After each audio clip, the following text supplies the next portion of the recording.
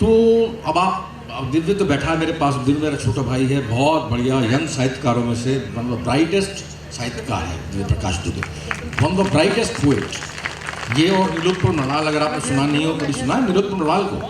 अरे सुनो, वो क्या साला क्या गाता है और क्या जो है पोएट्री करता है, मतलब वो गजब करता है। मतलब तो बड़े बड़ों को चूल्हे हिला दे, इस तरह का मटेरियल है। तो अब दिव्य मुझसे, अब मैं वही सोच रहा हूँ क्या सवाल करेगा। आप ही सवाल कर लीजिए मुझसे। तो जो है दिव्य तो बेचारा क्या है, म्यूजिक है, क्या है, healing with music, heal with music, क्या हील विद म्यूजिक होता है यार। हील विद म्यूजिक, कई लोग ऐसे होते हैं जो म्यूजिक का म्यूजिक और म्यूजिकलिटी में फ़र्क करना पड़ेगा। पहले म्यूजिक क्या होता है, सारे गामा पादा नहीं कर रहे। आज क्या किसी ने लगातार कॉन्सर्ट कर रहा है, परफॉर्मेंस कर रहा है। क्लासिकल म्यूजिक में सैकड़ों लोग ऐसे हैं जो लगातार कभी बैंड के परफॉर्मेंस कर रहे हैं, कॉन्सर्ट्स कर रहे हैं, गाने गा रहे हैं। एक तो होता है म्यूजिक और दूसरे होता है समबडी लाइक कबीर दास। हमने तो सुना नहीं कि आज तक उन्होंने कभी गाना गाया, लेकिन म्यूजिकलिटी है उनकी उसमें। जो भी दोहे बोलते हैं, बात बोलते हैं, उसमें म्यूजिकलिटी। म्यूजिक और म्यूजिकलिटी में फ़र्क करना पड़ेगा। गुलजार साहब से मिले कभी, आए हैं यहाँ पर गुलजार साहब। गुलजार साहब खुद क्लेम करते हैं कि मैं म्यूजिक नहीं जानता, मौसीकी में नहीं जानता, लेकिन जो बात करते हैं, जब बोलते हैं तो उनकी बड़े बड़े हील हो जाए, मतलब बड़े अच्छे तृप्त होकर जाते हैं लोग भगवान से जो गुलजार साहब से मिलते हैं। यह है गुलजार साहब की म्यूजिकलिटी। तो हीलिंग जो है म्यूजिकलिटी से होती है। और बाद में जो है उसमें ज़्यादा साधु संत बनने की कोशिश नहीं कर रहा। बाद में कहीं जाकर जो म्यूजिकलिटी होती है वहाँ पर ध्यान लगाना, विपश्यना, ध्यान लगाना। उसमें जो म्यूजिक आता है ना उस्ताद, वो तो कहीं से नहीं। पहले मैं शराबी था, नंबर 1 का पियक्कड़ था, बहुत शराब पीता था, ज़िंदगी बर्बाद कर दी अपनी शराब पी के। अपने पेरेंट्स के साथ साथ अपनी बीवी और बच्चों की, पर्टिकुलरली बीवी की, पर्टिकुलरली माँ की, मैंने ज़िंदगी बर्बाद कर दी। बच्चे बेचारे वो फेस देखने से बच गए, क्योंकि मैं सुबह पी के आया करता था, सुबह पढ़ा रहता था, तब बच्चे स्कूल चले जाया करते थे। जब मैं जो शाम को निकलता था तो बच्चे घर आ जाया करते थे। जब मैं घर वापस आया करता था तो बच्चे सो जाया करते थे। तो बच्चों को अपने पियक्कड़ बाप से मिलने का मौका ही नहीं मिला। तो इतनी गंदी ज़िंदगी, बहुत गंदी ज़िंदगी, वो बड़ी अहंकारी ज़िंदगी थी, बड़ी अहंकारी। मैं अपने आप तुर्रम खां समझता था, बाप समझता सकता, और था भी, क्योंकि काम करता था, काम बड़ा ज़बरदस्त करता था। तो काम की वजह से मेरी बड़ी इज्जत थी। अगर काम नहीं करता होता तो मेरे ख्याल से सोसाइटी में से किसी बंदे ने मुझे पकड़ के मार दिया होता। आज तक मेरी हरकतें ऐसी थी, उजट, इगोइस्ट, भयंकर, जंगली, जाहिल, बदतमीज, बदमिजाज किस्म का आदमी था। उसके बाद में कहीं से लाइट मिली और अब धीमे धीमे करके मैं जो है अपने आप को ठीक ठाक आदमी कह सकता हूँ। विपश्यना का साथ मिला, कहीं से लाइट मिली कि यार अपने आप को देखो और तय करो कि जो है तुम ही खुदा नहीं, तुम ही बाप नहीं, और भी लोग हैं, और भी लोग, इज्जत देना सीखो। और तब जो है मेरी ज़िंदगी में एक चीज़ आई जिसका नाम है ह्यूमिलिटी, जिसे कहते हैं विनम्रता। और तब मैंने पाया कि विनम्रता से बड़ा कोई हथियार हो ही नहीं सकता। आप जितने विनम्र हो, जितने हम्बल हो, जितनी ह्यूमिलिटी है आपके अंदर, उतने ही आप ग्रेट हो, वरना आप कुछ नहीं। वहाँ पर हैं एक्टर्स बहुत सारे। एक ओमपुरी थी, हमारे स्वर्गीय ओमपुरी, अगर आपने तो सबने सुना होगा, देखा होगा ओमपुरी साहब को, कुछ नहीं जानता। वो थे, मतलब वो थे, उनकी एक्टिंग में था म्यूजिक था, करा करते थे, म्यूजिक था। गांव का बंदा जो है, मतलब हॉलीवुड तक गया, वहाँ पर भी पंजाबी अंग्रेजी बोला करते थे। हॉलीवुड में जैक निकलसन जैसे बंदे के साथ उन्होंने पंजाबी अंग्रेजी बोली और हिट रही। सोर्ड ऑफ ऑनर मिला था उन्हें यूके गवर्नमेंट से। इतना बड़ा एक्टर था, वो था म्यूजिकल एक्टर। और हमारे बॉलीवुड को बोलता नहीं मैं, हिंदुस्तानी फिल्म इंडस्ट्री में ऐसे भी एक्टर्स हैं जो कि बहुत कर्कश हैं, जिनकी बड़े अच्छे एक्टर्स हैं लेकिन बहुत कर्कश हैं। उनकी आवाज़ में इतनी कर्कशता है कि आप सुनने की इच्छा नहीं होती। आते हैं टेलीविजन पर, मेरी माँ जो स्विच चेंज कर देती है कि इसको नहीं देखना यार, अच्छा एक्टर है लेकिन बहुत बकवास करता है। तो इसलिए जो है मधुरता यार, माधुर्य जो होता है ना, प्यार से बात करने वाली जो बात होती है वो। और फिर बाकी उदास कभी कभी आप हो जाओ, उदास जब बिना किसी कारण के उदास होना चाहिए। हमारी अकेले बैठने की इच्छा है, बात करने की इच्छा नहीं है, हम उदास हो रहे हैं, उस वक्त जो है किसी का हस्तक्षेप नहीं चाहिए। वो क्या है ना, एक मेरा शेर है कि ना मुस्कुराने पे किसी की मोहर नहीं है। अगर मैं मुस्कुरा नहीं रहा तो उसका मतलब ये नहीं है कि उस पर किसी की मोहर, ना मुस्कुराने पे किसी की मोहर नहीं है, और उदासी किसी के बाप की धरोहर नहीं। तो हम नहीं मुस्कुरा रहे, हमारी मर्जी है, हम मुस्कुरा रहे। आज कल मुस्कुराएंगे, कल हंस भी देंगे, कल गुस्सा भी कर लेंगे, परसों फिर बैठ जाएंगे चुपचाप ध्यान लगाने के लिए। यही ज़िंदगी है मेरे ख्याल से, यही ज़िंदगी। और किसी का बुरा मत चाहो यारो, किसी का बुरा मत चाहो। 15-20 साल में मर जाना साहब, किसका बुरा चाह के मरेगा, किसका बुरा चाह के मरेगा। ऊपर गालियां मिलेंगी, जान से मार दूंगा। ऊपर गालियां, ऊपर से गालियां मिलेंगी, मतलब कोई याद नहीं रखेगा आपको। अगर आप जो है गुस्सा होकर जाओगे, गुस्सा करके जाओगे, छल कपट की जिंदगी को उस्ताद कोई याद नहीं रखता, कोई याद नहीं रखता। जहाँ जाओ वहाँ पर जो है दिल जीतो, प्रेम से मन लगाओ, इनकलाब जिंदाबाद। ये बकवास करनी थी मुझे, मैंने कर दी, अब आप बोलो।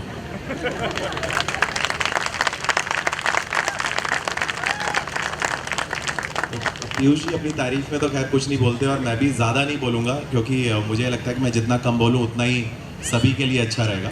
बट जैसे पीयूष जी के साथ क्या है कि मेरे जैसे तमाम लोग जो मुंबई में आते हैं वो एकदम से कंधे पे एक धक्का मारेंगे, एकदम से बोलेंगे अरे सब ठीक हो जाएगा, और एकदम से जैसे कुछ लोग होते हैं ना, जैसे कि उतर के बोलते हैं कि सही में ऐसा लगता है कि सब ठीक हो जाएगा। तो मैंने बहुत पहले लिखा था पीयूष जी के लिए कुछ, वो 3 लाइन है बस बताता हूँ, और उसके बाद हम कोशिश करेंगे कि कुछ और सुन पाएँ। तो नदी पार करने वाले 3 तरह के लोग होते हैं। पहले जो नदी पार करते हैं और नदी को पलट के नहीं देखते। दूसरे जो नदी पार करते हैं और दूसरों की नदी पार करने में मदद करते हैं। और तीसरे वो लोग होते हैं जो खुद नदी हो जाते हैं। पीयूष जी वो तीसरे किस्म के व्यक्ति हैं। यहाँ पे इतने आप लोग ये सारी बातें बोलने के लिए मैंने ऐसे भी कुछ पैसे दिए हैं।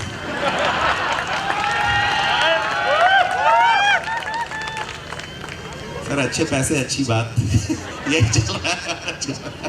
तो खैर मुझे लगता है सर जैसे आपके कितने सारे ऐसे गीत हैं, जैसे आरंभ है प्रचंड है, मतलब मेरी जब बीच में नौकरी नहीं लगी, मेरी बहन की नौकरी नहीं लगी, तो हम लोग वो सुन के, जबकि वो बिल्कुल पॉलिटिकल उस पर लिखा गया था, और हम लोग उससे ही काम चला लेते थे, हमारी हिम्मत बंधी रहती थी और मज़ा आता रहता था। तो आपके लिए सर किसी और शायर का कोई ऐसा गीत रहा जो उदासी के दिनों में आपका सहारा बनाया? उदासी के दिनों में खाली शराब रही मेरी जिंदगी में और कुछ भी नहीं। उदासी के दिनों में या खुशी के दिनों में, आपको खुशी हो या गम हो, जो है मेरे अंदर जो है वो केमिकल जाता था और उसके बाद मेरा दिमाग खराब हो जाता था। और खुदा कसम, there is nothing romantic about शराब, देयर इज नथिंग रोमांटिक। अगर आप जब तक आप पी रहे हैं, सोशल ड्रिंक कर रहे हैं, आप थोड़ी बहुत पी रहे हैं, जब तक आप शराब को मज़ा देती है तब तक बढ़िया है। वरना जब जिस दिन शराब अल्कोहलिज्म आपका अगर आप शिकार हो गए, be serious about alcoholism. A303 जिसका मेडिकल नंबर है, जिस दिन आप अभी जाकर गूगल कीजिएगा, WHO के हिसाब से शराबियत, alcoholism is the deadliest killing most disease of the world today, even worse than cancer, even worse than cardiac arrest. इतनी खराब डिजीज। लेकिन उस वक्त के किस्से हैं, बड़े मजेदार किस्से हैं। शराब पी के किसी किस्से नहीं होते, तो हमारे भी बहुत किस्से हैं, बहुत सारे किस्से हैं। एक किस्सा था, एक मेरा दोस्त है जिसका नाम है, यार लूँ उसका नाम, सर देख लीजिए, अनुराग कश्यप। तो उसके नज़ारे के अंदर मैं ये किस्सा बहुत बार सुना चुका हूँ, हर महफिल में सुनाता हूँ, लोग बाग डिमांड करते हैं तो मैं भी सुना देता हूँ। तो वो जो है बड़ा वैसा वाला आदमी है, मतलब अब मैं उसकी तारीफ भी नहीं करूँगा, बुराई भी नहीं करूँगा। अनुराग कश्यप है, क्योंकि एक अनुराग कश्यप हिंदुस्तान में ज़रूरी है, हर नेशन में एक अनुराग कश्यप ज़रूरी है। 2 अनुराग कश्यप भारी पड़ जाएंगे, 2 भारी पड़ जाएंगे। 1 is very necessary for 1 nation, 2 will be more than enough. तो वो जो उसने मुझे कहा था, उसने उस समय शराब पिया करता था मैं, तो मुझे बोला करता था कि पीयूष भाई आप शराब पी के क्या लिखते हो? अरे मैंने कहा मैंने शराब पी के आज तक एक बात नहीं लिखी यार। तो मैंने यार आप तो गजब करते हो। मैंने खुदा कसम मैंने शराब पी के एक चीज़ नहीं लिखी आज तक, एक परफॉर्मेंस नहीं किया आज तक, ना थिएटर में ना सिनेमा में। तो कहने लगा नहीं आप तो उस दिन मेरे मन में आया कि यार ये इतना बोल रहा है तो आज साला शराब पी के क्यों नहीं लिखा जाए। तो मैंने खाली अपना पृष्ठ उठाया, पृष्ठ क्या मतलब अपना पैड कहते हैं, पैड उठाया, अपना कलम लिया और मीनाक्षी बार करके जो है गोरेगांव ईस्ट में एक बार है, वहाँ का मैं परमानेंट मेंबर था उस वक्त मैं परमानेंट मेंबर था। तो मेरी बड़ी आवभगत होती थी कि पीयूष सर रोज़ आते हैं यहाँ पर, शराब पीते हैं, उसके बाद लुढ़कते पुढ़कते या जाते हैं, ले जाया जाता है इनको उठा के।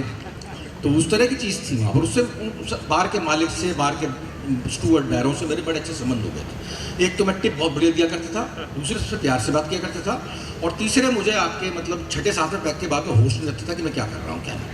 तो इसलिए बड़े सही रहते थे वैसे। तो वहाँ पर मैं एक पैड ले गया, ये मैं किस्सा कई बार सुना चुका हूँ, और कलम ले गया कि आज मैं सारी स्क्रिप्ट जो है, अपनी पूरी स्क्रिप्ट जो है, मैं अकेला बार में बैठ के लिख।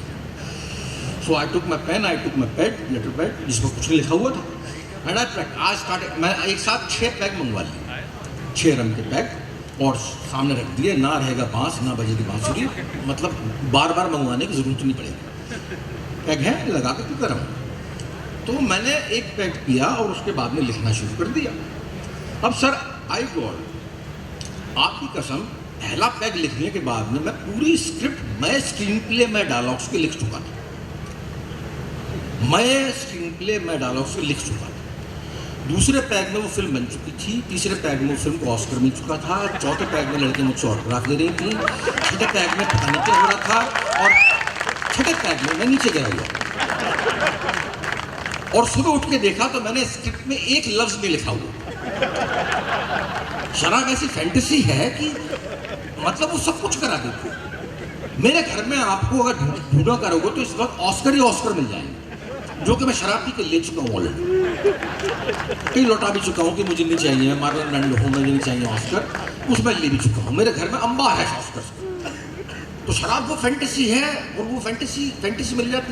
आप जो नहीं हो, बन नहीं पा रहे, वो चीज़ कर पाने का एहसास दिलाती है आपको शराब। और जब और बढ़ जाती है, या देना था किताब देने में, जब बहुत बढ़ जाती है तो उसके बाद में जो है ये मैंने जो है शराब पर लिखा था कि जब बहुत बढ़ जाती है, बहुत ज़्यादा बढ़ जाती है, तब यह है कि आदत जिसको समझे हो वो मर्ज कभी बन जाए। किसने कहा बाबा? Thank you. आदत जिसको समझे हो मर्ज कभी बन जाएगा, फिर मर्ज की आदत पड़ जाएगी।